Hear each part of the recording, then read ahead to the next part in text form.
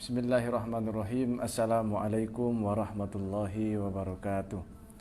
Ila hadratin Nabiyul Mustafa Sayyidina Muhammad Rasulillah sallallahu alaihi wasallam wa ala alihi wa ashabihi wa azwajihi wa dzurriyyatihi wa ahli baitihi tamanna khususan ila abaihi minal anbiya wal mursalin wa ilal malaikatil muqarrabin wal karubin wasadiq wasalihin khususan ila sadatina wa yamatina wa hakim wa sum'alim hakikin wa musayyid radhiyallahu anhu khususan ila jami'in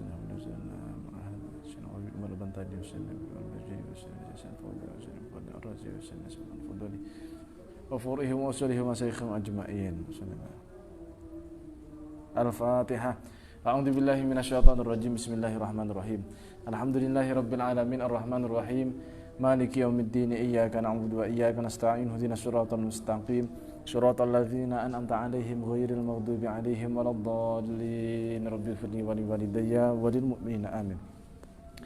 Bismillah, alhamdulillah, wassalatu wassalamu ala sayyidina Muhammad Rasulillah wa ala alihi wa sahbihi wa man tabi'a sunnatahu wa jama'atah min yaumina hadza ila yaumil ba'tsi wan nahdah. Qala Allah ta'ala fi kitabihil karim, a'udzu billahi minasyaitonir rajim. Rabbi shrah li sadri wa yassir li amri wa hlul 'uqdatam min lisani yafqahu qawli. Allahumma arinal haqqa haqqan warzuqna ittiba'ah wa arina batila batilan warzuqna ijtinabah. Radina billahi rabba wa bil islami dina wa bi sayyidina Muhammadin nabiyya wa rasula wa bil qur'ani imama amma ba'd. Bismillahirrahmanirrahim. Kita akan lanjutkan kajian kitab Syarah Tijanud Daruri karya Syekh Nawawi bin Umar Al-Bantani, yang mana kitab ini merupakan penjelasan daripada kitab yang berjudul Ar-Risalah lil Imam Al-Bajuri yang ditulis oleh Imam Ibrahim Al-Bajuri. Kitab ini menjelaskan tentang disiplin ilmu akidah atau ilmu tauhid, atau lazim juga dikenal dengan ilmu kalam. Teman-teman kalau punya kitab Syarah Tijanud Daruri dalam versi cetakan Darul Kutub Al-Ilmiyah, silahkan teman-teman buka di halaman ke-22. Bismillahirrahmanirrahim. Sebelumnya mohon maaf, beberapa hari yang lalu kita tidak sempat untuk streaming karena masih ada beberapa kegiatan, dan beberapa kali juga sebenarnya sudah streaming, cuman karena gangguan akhirnya tidak terposting ya. Agak sedih. Cuman tidak apa-apa ya, itu semua karena memang sudah ditakdirkan oleh Allah, dan Allah lah yang berbuat demikian. Kalau sekarang terposting ya berarti inilah momen yang terbaik untuk ngaji Syarah Tijanud Daruri, tepat pada pembahasan tentang sama dan basor. Bismillahirrahmanirrahim. Qala al-muallifu rahimahullahu ta'ala wa nafa'ana bihi wa bi'ulumihi wa amadana bimadadihi wa anwarihi fid daraini amin. Wa yajibu fi haqqihi ta'ala as-sam'u wal basaru. Wajib hukumnya secara rasional menurut akal sehat kita, menurut rasionalitas kita, fi haqqihi ta'ala bagi Allah Ta'ala, apa as-sam'u wal basaru, yakni sifat sama dan basar. Sama artinya mendengar, basar artinya melihat. Jadi kita tentu akan menolak kalau ada orang yang mengatakan bahwa Tuhan tidak melihat atau Tuhan tidak mendengar. Pasti kita menolak. Karena bahwa Tuhan itu maha melihat dan maha mendengar, menurut akal kita itu wajib. Artinya, menurut akal kita Tuhan itu harus maha melihat dan harus maha mendengar. Kalau ada Tuhan yang tidak maha melihat dan tidak maha mendengar, tentu kita akan menolak hal tersebut. Atau ada Tuhan tapi penglihatan ataupun pendengarannya terbatas oleh jarak tertentu, terbatas oleh sekat-sekat atau batasan-batasan tertentu, sehingga dalam ukuran jarak berapa meter misalnya, atau ketika terhalang satu benda, lalu misalnya Tuhan tersebut tidak bisa melihat dan mendengar apa yang dibalik benda itu, maka Tuhan yang seperti itu tidak layak dianggap sebagai Tuhan. Karena Tuhan itu harus maha melihat dan maha mendengar. Dan sama ataupun basar, melihat, mendengar ataupun melihatnya Allah, itu merupakan sifat kesempurnaannya, sehingga tidak boleh terbatas, tidak boleh dibatasi oleh sesuatu apapun. Oke, kita lanjutkan dulu. Wahuma, adapun sifat sama dan basar tersebut, sifatani ialah sifat. Sifatani adalah merupakan keduanya ini sama-sama sifat, sehingga di sini sebenarnya mempertegas perbedaan kita dengan aliran Mu'tazilah misalnya, yang mana aliran Mu'tazilah karena mereka ingin mentransendensikan Tuhan. Apa itu transendensi? Mereka itu ingin mensucikan Tuhan, maka mereka mengatakan begini misalnya, Allahu alimun bi'ilmin wa ilmuhu dzatuhu. Allah itu, kata Mu'tazilah, adalah zat yang maha mengetahui, dan Allah mengetahui sesuatu dengan zatnya. Jadi ilmunya Allah adalah zat menurut Mu'tazilah. Atau Allahu sami'un bisam'ihi wa sam'uhu dzatuhu. Nah, kira-kira begitulah, itu anggapan dari Mu'tazilah. Allah adalah zat yang maha mendengar. Kemudian kata Mu'tazilah, dan Allah mendengar adalah dengan zatnya. Ini tentu sangat berbeda dengan kita Ahlussunnah wal Jamaah yang mengatakan bahwa sama ataupun basor ataupun sifat-sifat ma'ani yang lain seperti kudrah, iradah, ilmu, hayah, sama, basor, kalam, itu semua bukanlah zat Allah, akan tetapi itu semua adalah sifat-sifatnya Allah. Akan tetapi perlu dipertegas juga sekali lagi, karena ini merupakan sifat ma'ani, perlu dipertegas menurut Ahlussunnah wal Jamaah kan begini, Allahu alimun bi'ilmin wal ilmu sifatun qaimatun zaidatun laisat hiya dzat wala hiya ghairuha. Kan seperti itu. Allah itu mengetahui dengan ilmunya, sementara ilmunya Allah adalah sifat bagi Allah. Sifat ilmu itu bukan zatnya Allah. Nah, ilmu merupakan sifatun qaimatun zaidatun. Ilmu itu merupakan sifat bagi Allah, kemudian ilmu tersebut ada pada zatnya Allah, zaidatun, dan juga merupakan kualitas tambahan. Laisat hiya dzat, ilmu itu bukanlah zat, wala hiya ghairuha, dan bukan selain zat. Nah, agak menarik nih. Ilmu ataupun sama dan basor atau kudrah, iradah, sifat-sifat ma'ani yang lain, itu semua adalah sifat. Sifat itu bukan zat, tapi bukan selain zat. Gimana tuh maksudnya? Yang dimaksud adalah mafhumus sifat tukhalif an mafhumid zat. Pemahaman kita atau konsepsi kita tentang sifat itu sama sekali berbeda dengan zat. Artinya apa? Zat dan sifat adalah dua hal yang berbeda. Sifat bukanlah zat, sementara zat juga bukanlah sifat. Nah, seperti itu. Itu yang dimaksud dengan konsepsi tentang sifat itu berbeda dengan zat. Artinya adalah zat bukan sifat, sifat bukanlah zat. Seperti itu gampangnya. Akan tetapi sekalipun sifat dan zat adalah dua hal yang berbeda, ditegaskan lagi oleh para ulama kita adalah mafhumus sifah la tanfasilu abadan anil zat. Konsepsi kita atau pemahaman kita tentang sifat tidak mungkin terpisah selamanya dengan zat. Artinya di mana ada sifat, dia pasti berada pada zat. Di mana ada zat, dia pasti memiliki sifat. Nah, gampangnya seperti itu, gampangnya. Itu perbedaan kita dengan orang-orang Mu'tazilah. Yang mana Mu'tazilah kenapa berpendapat demikian? Karena mereka ini ingin mensucikan Tuhan. Kata mereka begini, kalau misalnya Kristen saja kita tolak karena adanya anggapan bahwa di antara mereka ada yang meyakini konsep teologi atau ketuhanan mereka adalah Trinitas, yakni ada Allah atau Bapa, kemudian ada Yesus sebagai kalam atau firman, kemudian ada Roh Kudus, itu saja kita tolak. Tuhan ada tiga person, itu saja kita tolak, kata Mu'tazilah ya. Lalu bagaimana dengan Ahlussunnah wal Jamaah, kata mereka, atau Asy'ariyah yang mengatakan bahwa Tuhan itu memiliki zat, lalu ada 20 sifat wajib. Nah, ini kan malah lebih parah dari orang-orang Kristen, katanya seperti itu. Nah, maka kita pertegas bahwa dengan adanya 20 sifat yang wajib bagi Allah itu tidak lantas Tuhan itu menjadi banyak. Tuhan tetap satu, sifat-sifatnya yang banyak itu ada pada dirinya Allah. Contoh gampangnya begini, saya sebagai zat adalah Adnan. Kemudian saya memiliki sifat-sifat seperti saya bisa melihat, saya bisa mendengar, saya punya kemampuan, kemudian saya bisa berkehendak, saya memiliki pengetahuan, saya bisa berbicara dan seterusnya. Sekalipun itu semua adalah terbatas bagi saya.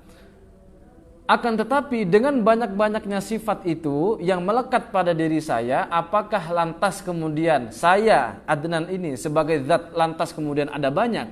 Kan tentu tidak. Saya, Adnan sebagai zat ini ketika memiliki sifat seperti melihat, mendengar, berbicara, memiliki kuasa, berkehendak, pengetahuan dan seterusnya, tidak lantas kemudian saya ini menjadi banyak. Saya itu tetap satu. Nah, begitu. Nah, demikian pula ketika kita berbicara dalam konteks ketuhanan, ketika kita katakan bahwa Tuhan itu wajib memiliki 20 sifat, itu tidak lantas menegaskan bahwa Tuhan itu banyak. Tuhan itu tetap satu, Mas Bro, begitu. Oke, kita lanjut dulu. Wahuma sifatani qodimatani qaimatani bidzatihi ta'ala, yang mana sama dan basar adalah sifat yang qadim, yang berada pada zatnya Allah Ta'ala. Ini fungsinya, kalau boleh dikatakan fungsi, yang kasyifu bihima al-mawjudu, yang mana dengan sifat sama dan basar inilah segala objek yang wujud itu menjadi tersingkap. Nah, dimaksud tersingkap itu apa?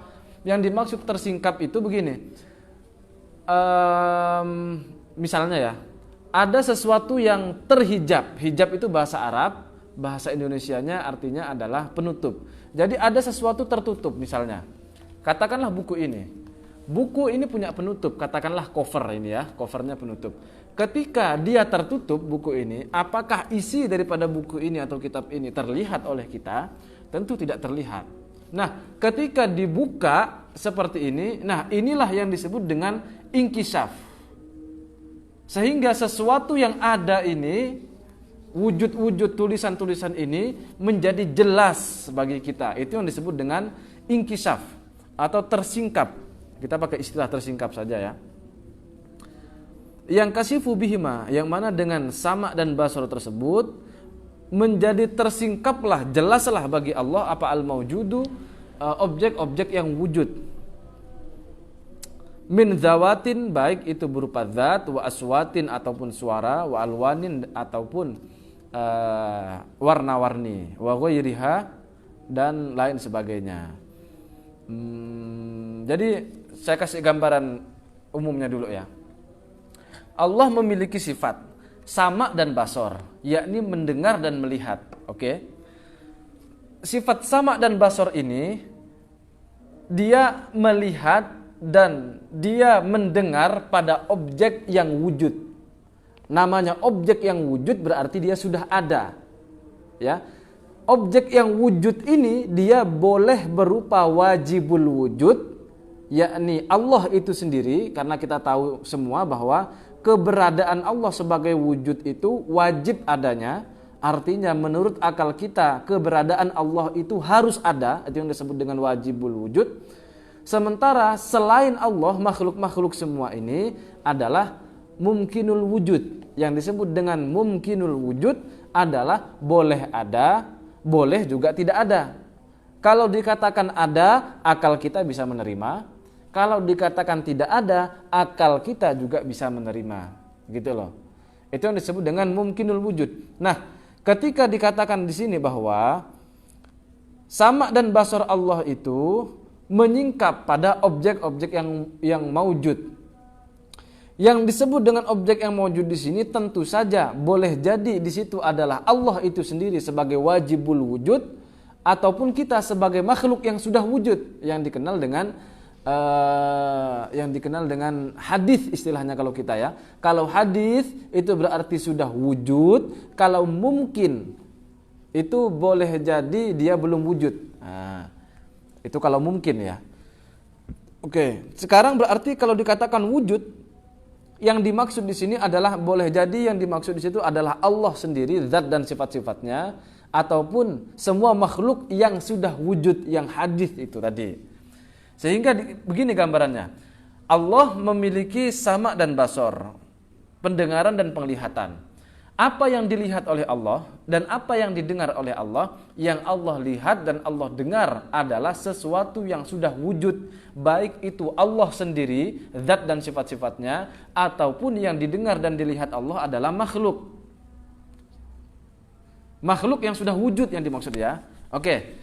Ketika sama dan basar Allah itu mendengar dan juga melihat pada objek yang wujud itu, maka segala objek yang wujud tadi itu menjadi tersingkap jelas oleh penglihatan Allah dan terdengar oleh pendengaran Allah. Tidak ada kesamaran sama sekali. Baik yang dimaksud di situ berupa zat, suara ataupun warna-warni dan lain sebagainya. Jadi begini, ini perbedaan pendengaran dan penglihatan manusia dengan pendengaran dan penglihatan Allah. Sebenarnya dalam teks kitab Syarah Tijaanud Daruri ini sudah tersirat ya, bahwa Allah mendengar suara dan bahkan Allah juga mendengar zat. Saya ulangi, Adnan ini zat, meja ini zat, kemudian buku ini adalah zat. Nah, kemudian suara saya ini adalah ini kan suara bukan zat. Nah, Allah itu bisa mendengar suara saya dan mendengar diri saya. Jadi Allah tidak hanya mendengar suara, tapi Allah juga bisa mendengar zat saya. Allah juga bisa mendengar zatnya buku. Allah bisa mendengar zatnya meja. Dan Allah bisa mendengar semua zat yang lain. Bahkan Allah bisa mendengar suara, bisa mendengar warna-warni dan seterusnya. Nah, demikian pula dengan penglihatan Allah. Ketika kita katakan bahwa Allah itu maha melihat, maka yang dimaksud melihat itu tidak hanya sekedar melihat yang fisik, benda nyata seperti ini, benda materi yang fisik seperti ini. Tapi Allah juga bisa melihat objek-objek yang kita anggap sebagai sesuatu yang gaib, seperti jin, malaikat, setan. Bahkan Tuhan bisa melihat pengetahuan kita, Tuhan bisa melihat apa yang ada di dalam hati dan pikiran kita, dan lain sebagainya. Bahkan Allah juga bisa melihat suara kita. Bayangkan, Allah bisa melihat suara kita. Kalau kita kan begini, suara itu hanya bisa kita dengar. Jadi pendengaran kita ini hanya bisa terakses pada suara. Pendengaran kita tidak bisa mendengar wujud daripada buku ini, kan begitu? Itu manusia. Tapi pendengaran Allah itu bisa mendengar suara dan bisa mendengar zat. Penglihatan Allah itu bisa melihat benda ini dan juga bisa melihat suara, bahkan bisa melihat energi dan lain sebagainya. Jadi segala sesuatu menjadi tersingkap selagi itu adalah perkara yang mewujud oleh sama dan basarnya Allah. Nah, kalau teks yang lebih jelasnya di kitab ini, salah satunya di kitab Kifayatul Awam ya. Di sini dikatakan bahwa wa Zaidun wa Amrun wal haitu yasma'ullahu ta'ala wa dawatiha wa yubsiruha. Zaid, Umar ataupun dinding itu semua bisa Allah dengar, baik zat ataupun suaranya. Jelas ya? Jadi Zaid itu zat, Umar itu zat, dinding itu juga zat. Allah bisa mendengar zatnya Zaid, Umar ataupun dinding. Allah juga bisa melihat zatnya Zaid, Umar ataupun dinding tadi itu. Nah, itu perbedaan penglihatan dan pendengarannya Allah dengan kita sebagai makhluk. Wa ta'alluquhuma ta'alluqin kisyafin ka ta'alluqil ilmi. Adapun ta'alluq ini adalah relasi. Yang disebut dengan relasi di sini adalah ketika sama dan basar Allah itu terhubung atau tertuju pada objek yang wujud. Nah, menghubungkannya itu disebut dengan ta'alluq atau relasi terhubung ya. Sama dan basarnya Allah itu hasilnya menghasilkan inkishaf, yakni tersingkap, sebagaimana ta'alluqnya sifat ilmu. Sifat ilmu pun begitu juga. Wa yajibu alaina, ini perlu ditegaskan, wa yajibu alaina, wajib bagi kita semua, an na'taqida annal inkishafa al hasila bisam'i ghairil inkishafi al hasili bil basari. Wajib bagi kita semua untuk meyakini bahwa inkishaf atau tersingkap, ketersingkapan yang dihasilkan oleh sifat samanya Allah tidaklah sama dengan inkishaf, ketersingkapan yang dihasilkan oleh sifat basar. Allah memiliki sifat sama, mendengar. lalu terhubung dengan objek yang wujud. Ketika sudah terhubung, hasilnya adalah inkisaf, tersingkap. Jelas sesuatu tersebut terdengar oleh Allah. Oke? Lalu Allah memiliki sifat basor. Basor adalah melihat. Ketika melihatnya Allah ini terhubung dengan benda yang atau sesuatu yang wujud, maka menjadi inkisaf, menjadi tersingkaplah objek yang wujud itu sehingga terlihat jelas oleh Allah. Nah, sehingga inkisaf ini dihasilkan oleh sama, pendengaran Allah, dan dihasilkan oleh basor, penglihatan Allah. Jadi baik itu sama dan basor, masing-masing ini sama-sama memiliki inkisafnya masing-masing. Wa annal inkisafa al-hasila bikullin minhuma, dan inkisaf atau ketersingkapan yang dihasilkan oleh masing-masing dari keduanya sama dan basor, ghairul inkisafi al-hasili bil ilmi, bukanlah inkisaf yang dihasilkan oleh ilmu. Jadi begini, ilmu, sifat sama dan sifat basor ketika terhubung dengan objeknya, maka yang dihasilkan adalah inkisaf, menjadi tersingkap segala sesuatu. Kalau inkisafnya ilmu, berarti Allah mengetahui secara mendetail, jelas dengan pengetahuan Allah. Kalau inkisafnya sama, pendengaran Allah, berarti ketika terhubung dengan sesuatu yang maujud, terdengarlah segala sesuatu dengan jelas tanpa ada yang samar sama sekali. Ketika penglihatan Allah terhubung dengan benda-benda atau objek-objek yang wujud, maka menjadi terlihat jelaslah, tersingkaplah segala sesuatu tanpa ada yang bisa menghalangi penglihatan Allah. Nah, masing-masing dari sifat ilmu, sama ataupun basor, masing-masing dari ketiganya ini menghasilkan inkisaf. Inkisaf itu adalah ketersingkapan, sekali lagi. Wa anna likullin minal inkisafati ats-tsalatsati hakikatan, dan bahwa masing-masing dari ketiga inkisaf tersebut punya hakikatnya sendiri, yufawwidu ilmuha, yang pengertiannya kita pasrahkan, kita serahkan kembali ilallahi ta'ala, kepada Allah ta'ala. Bagaimana hakikatnya? Ya wallahu a'lam. Hakikat inkisafnya ilmu, sama ataupun basar, ya kita serahkan lagi kepada Allah Subhanahu wa ta'ala. Walaisal amru ala ma nahiduhu min annal basara yufidu bil musyahadati wuduhan fauqul ilmi. Dalam konteks ini tidaklah sama sebagaimana yang lazim kita ketahui bahwa penglihatan itu bisa memberikan faedah berupa mempersaksikan sesuatu lebih jelas dibandingkan ilmu. Gimana tuh pengertiannya? Contohnya begini. Kita tahu bahwa Gunung Bromo itu di puncak itu sangat indah sekali. Oke, kita punya pengetahuan tentang itu. Lalu apakah sama pengetahuan kita tentang keindahan Bromo dengan kita melihat langsung tentang keindahan Bromo?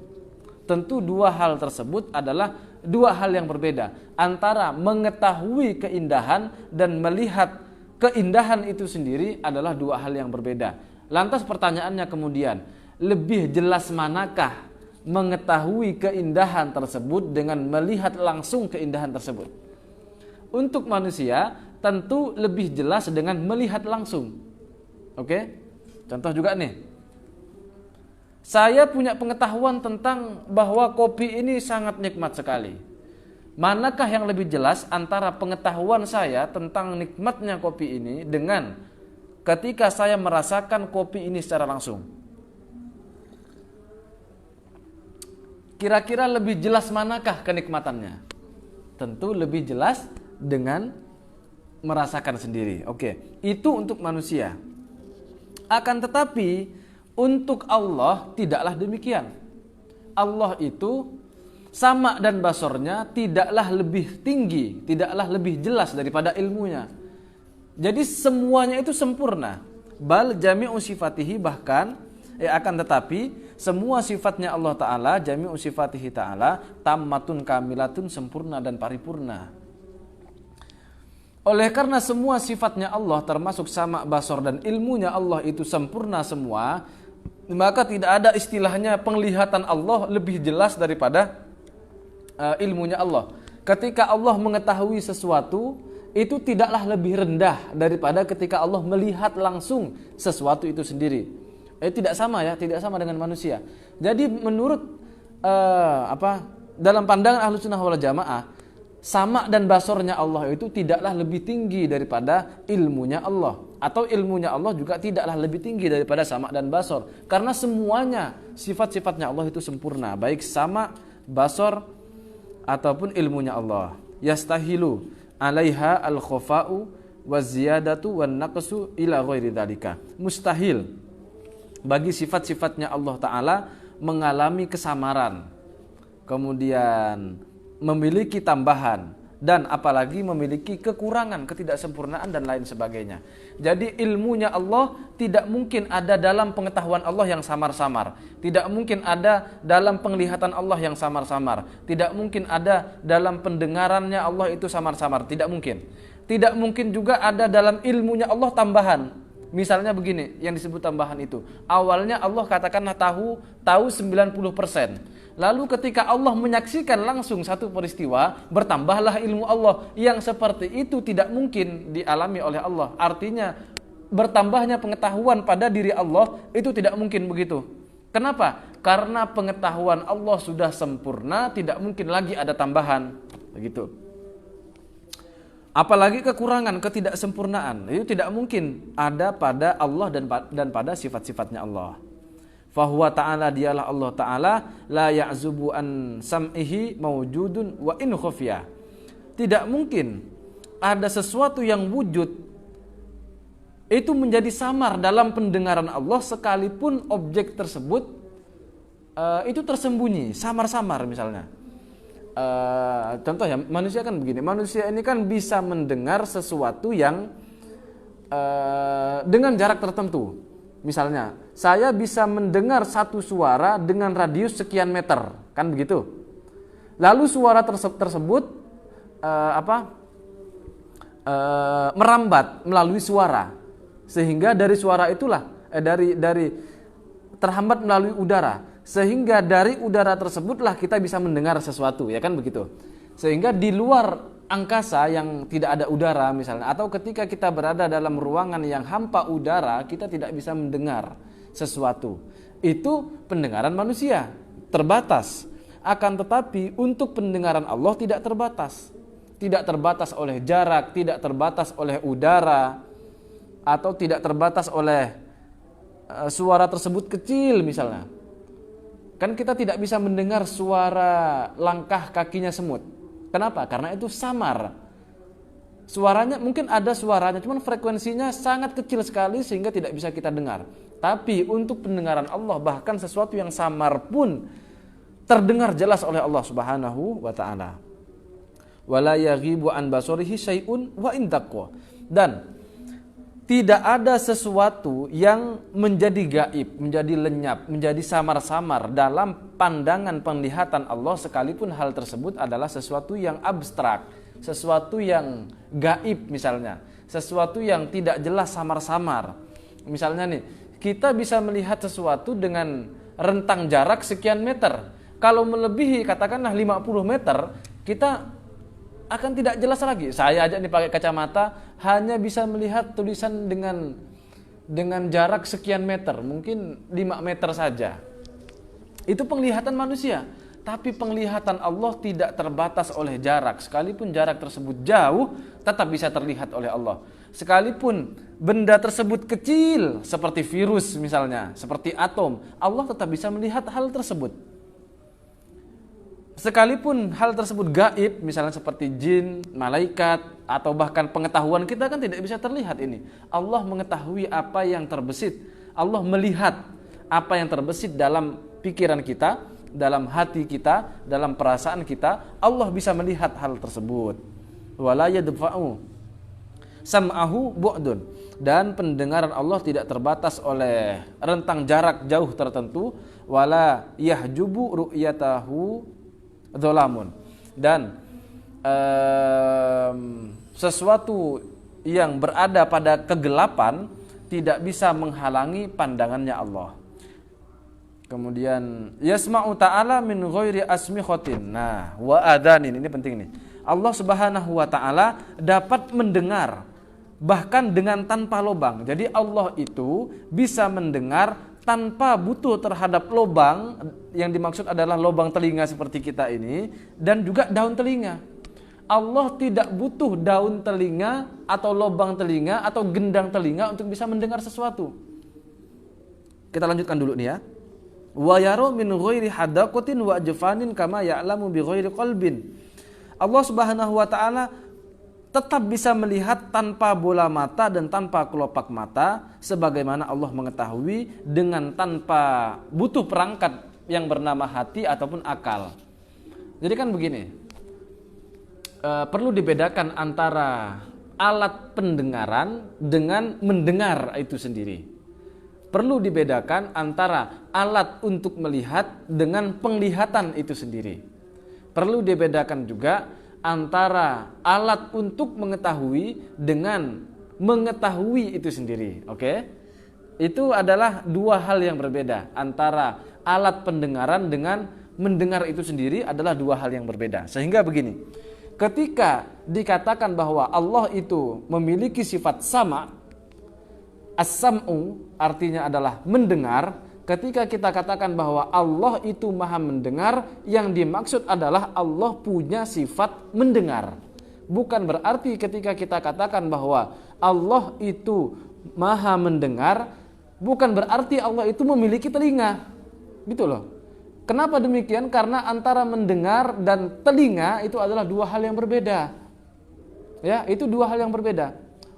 Di dalam Al-Qur'an ataupun di dalam hadis disebutkan bahwa Allah itu maha mendengar. Maha mendengar ini menunjukkan sifat, bukan menunjukkan bahwa Allah itu punya telinga. Sebab begini, mohon maaf misalnya, ada orang yang memiliki telinga, daun telinga ataupun lubang dan gendang telinga tapi tidak bisa mendengar. Itu menunjukkan bahwa alat ini tidak meniscayakan fungsinya. Ada orang yang punya alat pendengaran berupa telinga tapi malfungsi, tidak berfungsi sehingga tidak mendengar. Kesimpulannya begini, pendengaran Allah tidak butuh telinga, melihatnya Allah tidak butuh bola mata, dan mengetahuinya Allah tidak butuh terhadap akal atau tidak butuh terhadap hati. Nah, Allah mengetahui hal tersebut bukan dengan hati, Allah bisa mendengar bukan dengan telinga, Allah bisa melihat bukan dengan bola mata. Karena mendengar dengan telinga itu adalah ciri daripada makhluk, melihat dengan bola mata adalah ciri daripada makhluk, mengetahui dengan hati ataupun pikiran adalah ciri daripada makhluk. Sementara Allah bukanlah makhluk. Allah harus berbeda dengan makhluk. Wa yabtisu min ghairi jarihatin, dan Allah Subhanahu wa taala menghancurkan sesuatu dengan tanpa organ. Kalau kita katakanlah ingin menghancurkan meja ini dengan tangan kita dihancurkan. Berarti kalau dikatakan saya menghancurkan sesuatu, berarti dengan anggota tubuh saya. Kalau Allah ketika dikatakan dalam Al-Qur'an Allah hancurkan satu kaum misalnya, itu bukan dengan anggota tubuh. Wa yakhluqu min ghairi alatin, dan Allah menciptakan sesuatu dengan tanpa alat. Kalau kita menciptakan meja ini butuh paku, butuh palu, butuh penggaris, butuh gergaji dan sebagainya untuk bisa menciptakan meja ini. Tapi Allah ketika menciptakan sesuatu tidak butuh terhadap alat. Kun fayakun, jadilah sesuatu. Idz la tusbihu sifatuhu sifatil khalqi. Karena ini alasan yang perlu kita garis bawahi dan bahkan butuh distabilo dengan jelas, bahwa karena sifat-sifatnya Allah itu tidak menyerupai sifat-sifatnya makhluk. Nah, itu dia. Kama la tusbihu dzatuhu dzawatil khalqi, sebagaimana halnya zat Allah taala tidaklah sama, tidak serupa dengan zatnya makhluknya Allah. Itu perlu dipertegas. Jadi konsep dasarnya Allah itu harus berbeda dengan makhluk. Tidak mungkin zat ataupun sifat Allah itu menyerupai makhluk. Dan di sisi lain perlu kita garis bawahi pula bahwa Allah itu maha sempurna. Sehingga ilmunya Allah harus sempurna, pendengaran Allah harus sempurna, penglihatan Allah juga harus sempurna. Wa'lam, ketahuilah anna lisam'i wal basari thalathatu ta'alluqatin. Ketahuilah bahwa sama dan basar memiliki 3 ta'alluq. ta'alluq adalah relasi. Relasi maksudnya adalah hubungan. Ketika sifat Allah terhubung dengan sesuatu, itu yang disebut ta'alluq. Baik sesuatu tersebut berupa yang wajib, mustahil, ataupun jaiz. Nah, khusus untuk sama' dan basor, pendengaran dan penglihatan Allah itu terhubung dengan sesuatu yang maujud, sudah ada. Baik sesuatu yang ada itu adalah wajibul wujud seperti Allah dan sifat-sifatnya, ataupun mungkinul wujud seperti makhluk kita ini.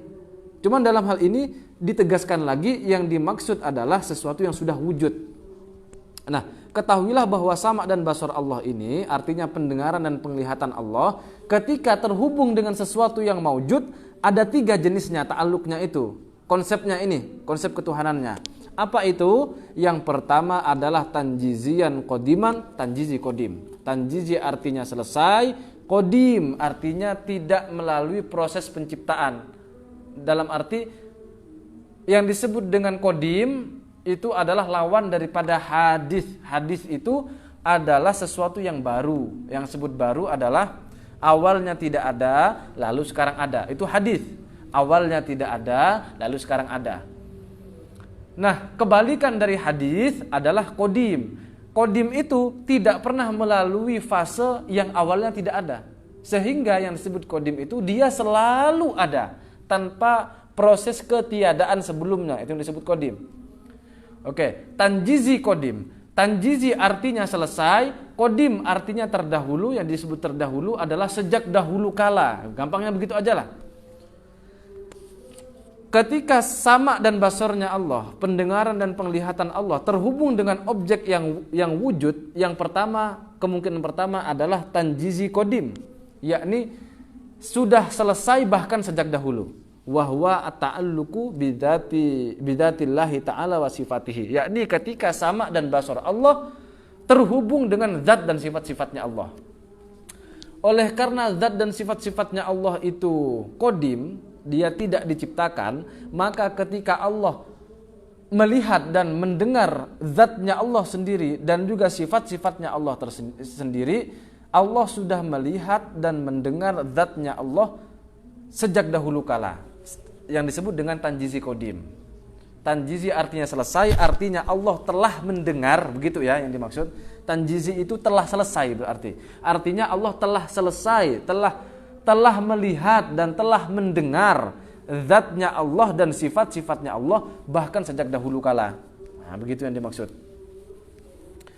Lalu ta'alluq yang kedua, solahian kodiman, yakni suluhi kodim. Suluhi artinya pantas, kodim artinya terdahulu. Wahwa at-ta'alluqu bina qabla wujudina, yakni berhubungannya sifat sama' dan basar Allah terhadap kita semua sebelum kita wujud. Bayangkan sebelum kita wujud, sebelum kita tercipta. Pada saat itu kita tidak ada. Kita belum diciptakan, berarti kita belum ada. Nah, ketika kita belum ada, lalu sama' dan basar Allah terhubung dengan kita yang belum ada, ta'alluqnya disebut dengan suluhi kodim, pantas.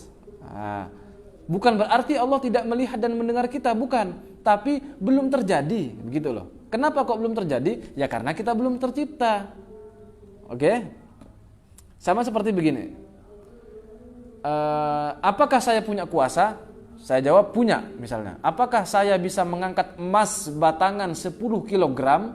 Lalu saya katakan bisa. Lalu Anda membantah misalnya. Enggak, mana bisa kamu mengangkat emas 10 kilo? Mana buktinya, kan belum kamu coba. Nah, sesuatu yang belum dicoba, belum saya alami, bukan berarti saya tidak memiliki kuasa atas itu. Saya tentu saja memiliki potensi. Sebenarnya suluhi ini lebih gampang dimaknai potensi, cuman tidak pantas untuk dikatakan potensi untuk Allah. Cuman untuk manusia itu potensi. Saya punya potensi untuk mengangkat emas seberat 10 kilo sekalipun saya belum pernah melakukan itu. Jadi saya kuasa untuk mengangkat emas 10 kilo tersebut sekalipun belum pernah saya lakukan. Ketika saya belum pernah mengangkat emas 10 kilo bukan berarti saya tidak mampu. Saya hanya belum mengalami. Begitu saja. Nah, ketika segala yang wujud ini belum diciptakan oleh Allah bukan berarti Allah tidak bisa melihat dan mendengar hal tersebut. Sebaliknya hal tersebut hanya belum tercipta saja. Nah, ketika belum tercipta itu Allah ini suluhi, artinya pantas. Kalau bahasanya untuk makhluk itu berpotensi, sangat potensi sekali untuk bisa melihat dan mendengar objek-objek yang wujud. Oke, yang ketiga, ta'alluq yang ketiga adalah tanjizi hadis. Tanjizi artinya selesai, hadis artinya baru. Wa huwa at-ta'alluqu bina, yakni berta'alluqnya sama dan basar Allah bina terhadap kita semua ba'da wujudina, setelah kita wujud. Setelah kita tercipta, kun fayakun, kita sudah tercipta. Karena kita ini tercipta melalui proses ketiadaan sebelumnya, awalnya tidak ada, lalu kita tercipta menjadi ada, ini disebut hadis. Nah, makanya disebut tanjizi hadis. Nah, ada kalimat hadis di situ. Yang disebut tanjizi selesai ketika kita sudah lahir, ketika kita sudah muncul tercipta kita, maka pada saat itu langsung terlihat dan terdengar oleh Allah. Itu yang disebut dengan tanjizi hadis. Fatta'alluqu muttahidun. Adapun ta'alluq, ilmu sama dan basor itu satu kesatuan semuanya. Ingat tadi ilmu ta'alluqnya disebut inkisaf, tersingkap. Sama ta'alluqnya inkisaf juga, tersingkap. Lalu basor ta'alluqnya inkisaf juga, tersingkap. Yang disebut tersingkap adalah menjadi jelas sesuatu itu tanpa ada yang samar sama sekali. Oke, ilmu sama dan basor. Masing-masing dari ketiganya sama-sama memiliki inkisaf.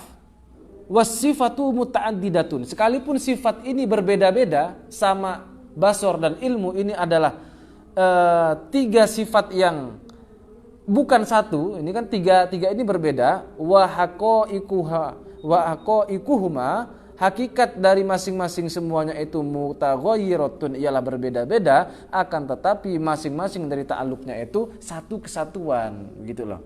Tapi jangan diartikan, jangan dianggap sebagai saling melengkapi ya. Jangan ada anggapan ta'alluqnya ilmu sama dan basor yang berupa inkisaf itu bukan saling melengkapi, karena masing-masing ilmu memiliki inkisaf, kemudian sama memiliki inkisaf, basor memiliki inkisaf atau tersingkap.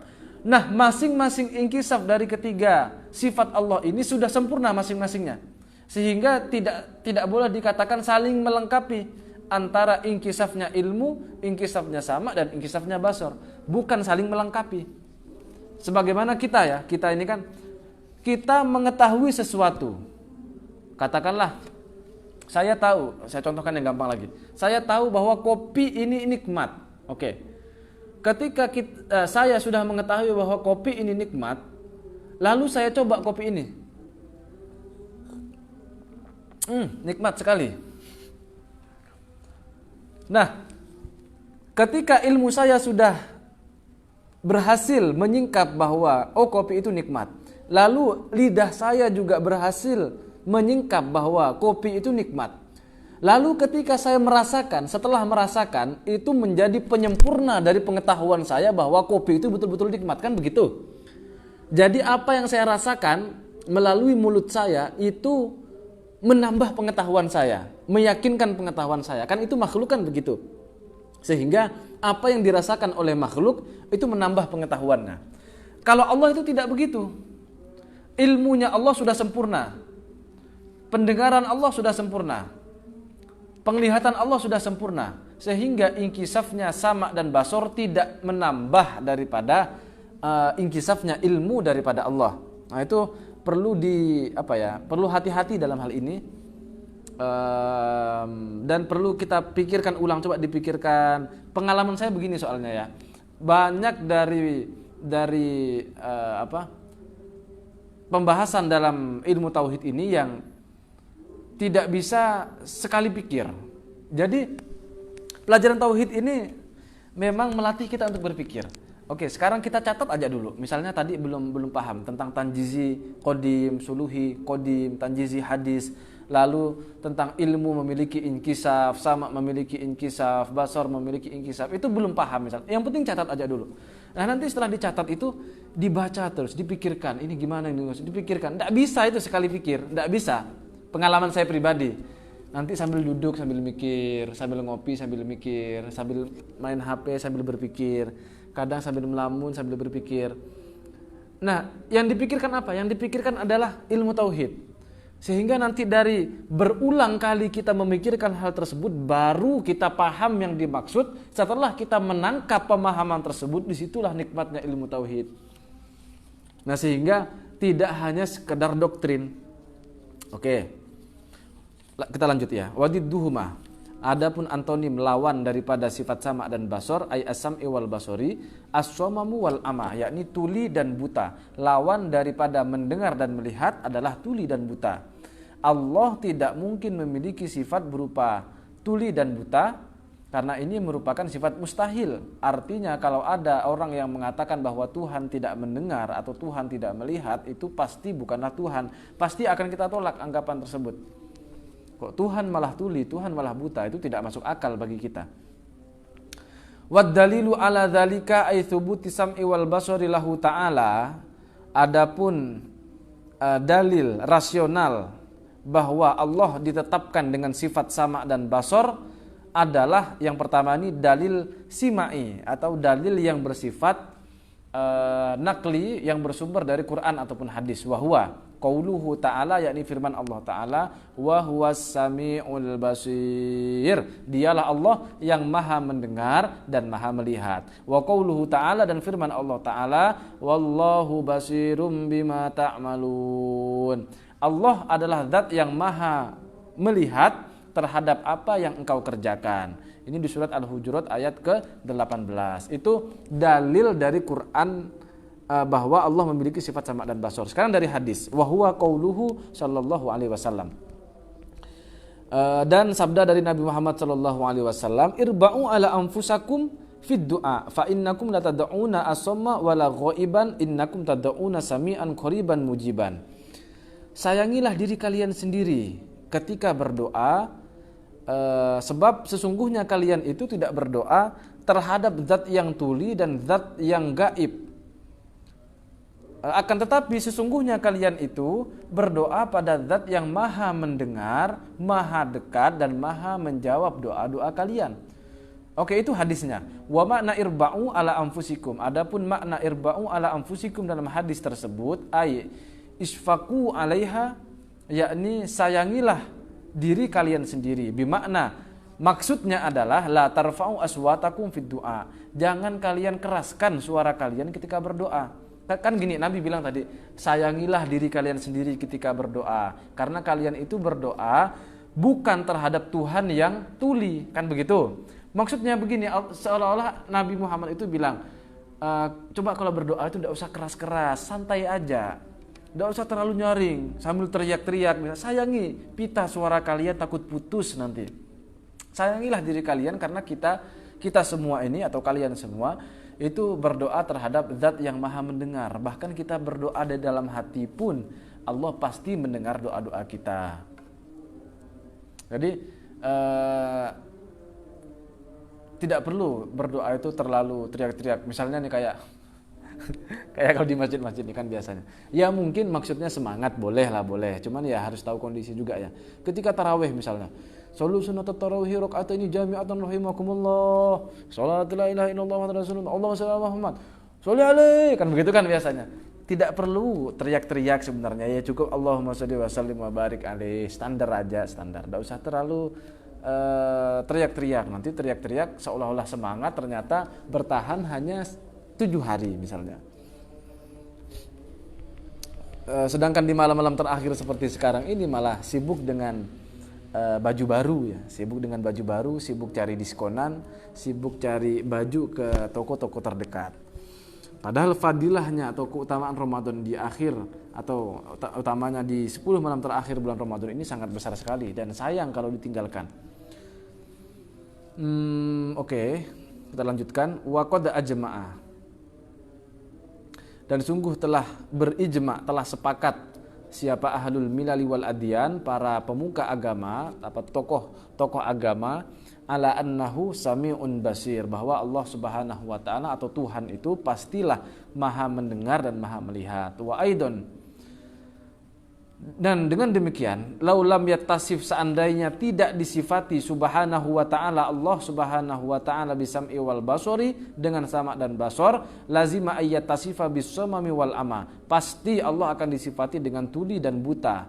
Seandainya Allah itu tidak disifati dengan melihat dan mendengar, pasti Allah akan disifati dengan kebalikannya, yakni tuli dan buta. Lakin akan tetapi itisofuhu bihima batilun. Akan tetapi jika Allah disifati dengan buta dan tuli, tentu hal tersebut batil, hal tersebut tidak sah, hal tersebut jelas kelirunya. Li'annahuma, karena sesungguhnya tuli dan buta tersebut sifatan naqsin, merupakan dua sifat yang tidak sempurna, dua sifat yang menunjukkan kekurangan. Wan naqsu, sementara kekurangan atau ketidaksempurnaan, alaihi ta'ala, bagi Allah ta'ala, muhalun, ialah mustahil. Dengan demikian fabatolah, batallah, gugurlah, kelirulah, ma'adda ilaihi, apa yang hendak kita asumsikan terhadap Allah, yakni kalau Allah dianggap sebagai tuli dan buta, gugurlah dengan demikian. Fathabatalahu as-sam'u wal basaru, sehingga ditetapkanlah bahwa Allah memiliki sifat sama dan basar. Kita buka satu kitab sebentar, di kitab Hasyiah Al-Khamsun fi Usuluddin, yang mana kitab Al-Khamsun ini ditulis oleh Imam Fakhruddin Ar-Razi, sementara hasyiahnya ini ditulis oleh Syekh Ad-Doktor Said Fauda atau Syekh Said Fauda. Ini cetakan apa ini? Cetakan Kalamul Buhuth wal apa ini? Wal I'lam. Disebutkan di halaman 166. Ini dalil rasional atau bukti secara rasional, secara akal, bahwa Allah harus memiliki sifat sama dan basar. Sini dijelaskan, bismillahirrahmanirrahim. Falau lam yakun al-bari subhanahu wa ta'ala mausufan bihadhihi sifat, seandainya Allah subhanahu wa ta'ala tidak disifati dengan sifat-sifat ini, yakni sama dan basar, mendengar dan melihat, lazima ayyakuna al-abdu akmala minar rabbi ta'ala, maka pasti dengan demikian seorang hamba atau makhluk ini tentu lebih sempurna daripada Tuhan. Kita lihat catatannya dari Syekh Said Fauda. Innama yalzamu dzalika idza thabata anna sam'a wal basara wal kalam jaizun 'ala Allah ta'ala la mahalah wa qad thabata dzalika. Ketika misalnya nih kita mau tetapkan bahwa sama, basar, kalam atau mendengar, melihat dan berbicara itu hanya sebatas mungkin bagi Allah, bukan pasti, bukan wajib. Seandainya melihat, mendengar ataupun berbicara bagi Allah itu tidak wajib, itu hanya jaiz saja, misalnya, itu kita tetapkan. Oke, katakanlah Allah itu hanya mungkin bisa melihat, bisa mendengar ataupun berbicara. Oke, itu kocek dulu. Kemudian premis yang kedua, wa idza thabata anna sam'a wal basara kamalun la naqsu fihi, dan ketika telah ditetapkan bahwa sama dan basar, yakni mendengar dan melihat, adalah sifat sempurna yang tidak ada ketidaksempurnaan atau tidak ada kekurangan di dalamnya, wa hadza huwal aslu fi sifatillahi ta'ala, dan ini adalah merupakan pokok prinsip dasar dari sifat-sifatnya Allah Ta'ala. Nah, ketika dikatakan melihat ataupun mendengar, melihat dan mendengar ini kira-kira apakah dia sifat ketidaksempurnaan atau dia adalah sifat yang sempurna? Lebih sempurna mana? Misalnya ada sesuatu yang mendengar dan melihat, dengan sesuatu itu tidak bisa melihat dan tidak bisa mendengar. Mana yang lebih sempurna? Tentu kita akan sepakat bahwa yang lebih sempurna adalah sesuatu itu bisa mendengar dan bisa melihat. Nah, dengan demikian berarti melihat dan mendengar adalah sifat sempurna, kebalikannya adalah sifat ketidaksempurnaan atau sifat yang tidak sempurna. Fa idza kana al-'abdu ba'da hadhihi al-muqaddimati muttasifan bihadhihi sifat, ketika seorang hamba setelah premis yang kita sebutkan tadi itu disifati dengan sifat-sifat ini, yakni sama dan basar, wallahu ta'ala ghairu mausufin biha, sementara Allah Ta'ala tidak disifati dengan sifat sama dan basar tersebut, lazima bid-darurah kaunul abdi akmalu minal ilah. Maka dengan demikian secara pasti hamba malah lebih sempurna daripada Tuhan. Wa huwa muhalun, dan itu jelas mustahil. Gampangnya begini. Sama dan basor, mendengar dan melihat. Ini kita tentu sepakat bahwa sama dan basor adalah sifat sempurna atau menunjukkan kesempurnaan.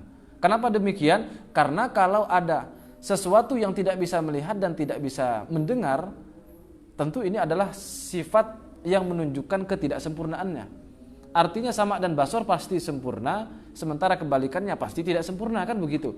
Kalau Allah tidak melihat dan tidak mendengar, sementara makhluk manusia seperti kita ini itu bisa melihat dan bisa mendengar, maka dengan demikian manusia lebih sempurna dong daripada Tuhan, kan begitu jadinya. Dan ini kan jelas mustahil, kok ada manusia atau makhluk yang lebih sempurna daripada Tuhannya. Itu mustahil. Dengan demikian Tuhan itu pasti memiliki penglihatan dan memiliki pendengaran, karena itu merupakan sifat sempurna. Walhasil tidak mungkin Allah itu tidak melihat dan tidak bisa mendengar, mustahil itu.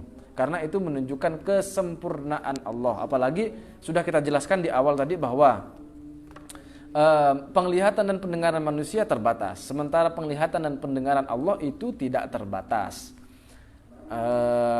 Itu poin pentingnya yang sudah kita bahas mengenai sifat sama dan basor. Untuk pertemuan yang akan datang akan kita bahas sifat kalamnya Allah. Ini berkaitan dengan pemahaman kita, apa sih yang disebut dengan kalam, firmannya Allah. Firman ini sekilas apa ya, kalau film itu apa, trailer, ada bocoran. Sekilas bocoran bahwa ketika dikatakan bahwa Allah itu maha berbicara, maha berkomunikasi, tidak lantas kemudian Allah itu memiliki mulut ataupun berbicara dengan suara, ataupun bahkan dengan lafaz, sehingga nanti muncul pertanyaan, apakah Al-Quran yang berupa mushaf, tulisan-tulisan itu bisa dikatakan firman Allah atau bukan? Nah, itu pertanyaan yang akan kita bahas di pertemuan yang akan datang. Dan perlu diketahui bahwa pembahasan tentang sifat kalam ini sangat pelik sekali, bahkan dulu sampai banyak memicu pertikaian di antara para ulama ya, dan banyak menumpahkan darah. Maka lazim juga dikenal ilmu ini atau ilmu tauhid ini sebagai ilmu kalam, ilmu yang berbicara tentang kalamnya Allah ini. Kadang juga disebut ilmu kalam karena kalam ini kan artinya berbicara, karena ilmu tauhid ini banyak menjelaskan tentang perdebatan-perdebatan yang harus jago bicara, kira-kira begitu. Oleh karenanya disebut ilmu kalam. Oh iya, kalau ada yang bilang bahwa ilmu kalam itu haram, sebagaimana yang dijelaskan oleh Imam Asy-Syafi'i misalnya, perlu diketahui bahwa Imam Asy-Syafi'i itu lahir lebih dahulu daripada Imam Abul Hasan Al-Asy'ari. Imam Abul Hasan Al-Asy'ari ini adalah pendiri atau perumus mazhab Asy'ariyah atau akidah Ahlussunnah wal Jamaah. Jadi jauh lebih tua Imam Asy-Syafi'i. Ketika Imam Syafi'i mengatakan bahwa ilmu kalam itu harus dihindari, bahkan haram untuk dipelajari, hal itu semata-mata karena masih belum ada rumusan yang jelas, rumusan yang baku, rumusan yang sahih tentang akidah. Di zamannya Imam Syafi'i yang berkembang pada saat itu adalah akidahnya orang-orang Mu'tazilah. Makanya Imam Syafi'i menganjurkan pada orang awam, jangan kalian ikuti perdebatan-perdebatan dalam ilmu kalam, dalam ilmu akidah itu jangan, karena berbahaya. Kenapa berbahaya? Karena masih belum ada rumusan yang sahih. Nah, sekarang setelah lahirnya Imam Abul Hasan Al-Asy'ari serta pengikutnya, salah satunya adalah ya kitab ini yang kita bahas ini, maka ilmu kalam ini tidak menjadi haram. Justru wajib kita mengetahui dasar-dasar akidah. Yang perlu diketahui bahwa syariat fikih itu dari zaman Nabi Adam sampai zamannya Nabi Muhammad ini pasti berubah-ubah. Sementara akidah itu tidak berubah. Kalau kita tergelincir dalam fikih, misalnya dalam syariah, itu kita terjerumus ke dalam kubangan maksiat. Tapi kalau kita tergelincir dalam akidah, na'udzubillah, kita bisa tergelincir jatuh dalam kubangan kekafiran, na'udzubillah. Makanya itu wajib kita mengetahui ilmu akidah. Demikian, mudah-mudahan ada manfaatnya. Semoga diberikan keistiqomahan besok untuk melanjutkan kajian kitab ini. Insya Allah mungkin selama Ramadan ini kita akan menghatamkan pembahasan tentang ilahiyat atau topik-topik seputar ketuhanan. Masalah nanti nubuat, yakni tentang kenabian, lalu persoalan sam'iyat itu akan kita bahas di luar bulan Ramadan. Jadi target kita insya Allah di bulan Ramadan ini akan menghatamkan kitab Tijanud Daruri hanya pada pembahasan ilahiyat atau pembahasan tentang ketuhanan. Demikian, mudah-mudahan ada manfaatnya. Wallahul muwaffiq ila aqwamit thoriq. Assalamualaikum warahmatullahi wabarakatuh.